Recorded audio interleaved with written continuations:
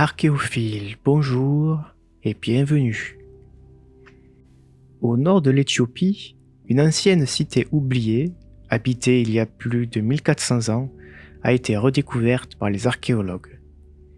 Nouvellement révélée et décrite dans la revue Antiquity de décembre, elle était à l'époque le théâtre de vie d'une ancienne civilisation peu connue, mais pourtant très puissante, l'Empire Aksumite.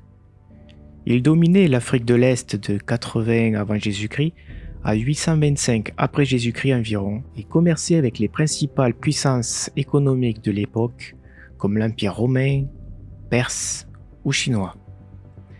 Sa capitale, Aksum, existe toujours et reste célèbre pour ses grands obélisques en pierre.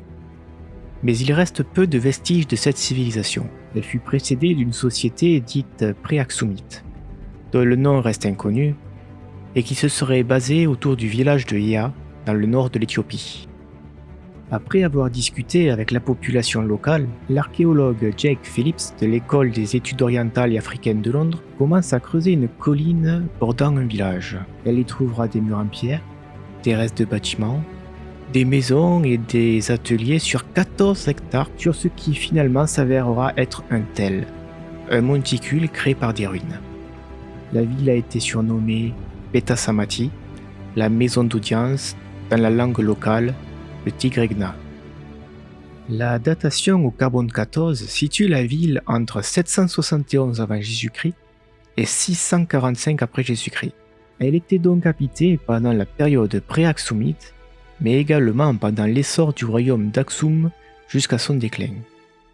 Pour les chercheurs, ces données sont significatives. Les colonies pré-aksumites n'auraient pas été abandonnées lorsque l'Empire émergea, et il n'y aurait donc pas de rupture politique marquée entre les deux civilisations.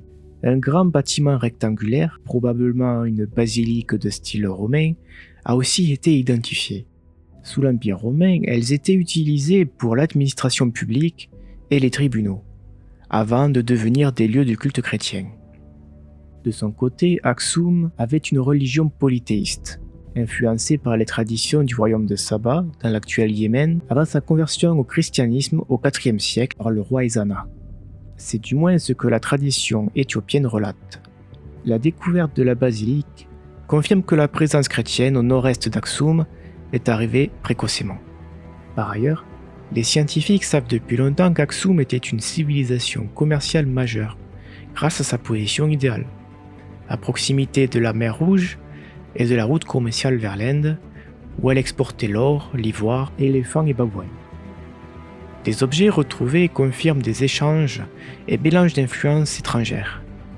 Des amphores d'Aqaba, de l'actuelle Jordanie, une perle de verre de l'est de la Méditerranée, une bague ressemblant à un bijou romain, mais avec des nuances, montrant qu'ils adaptaient les conceptions romaines à leur propre culture. De plus amples recherches sont nécessaires pour révéler l'histoire du site et les archéologues prévoient de retourner à Beta Samati afin d'obtenir davantage d'informations sur cette société complexe et encore bien mystérieuse. Nous arrivons au terme de cette nouvelle Archéo News et je vous dis à très bientôt.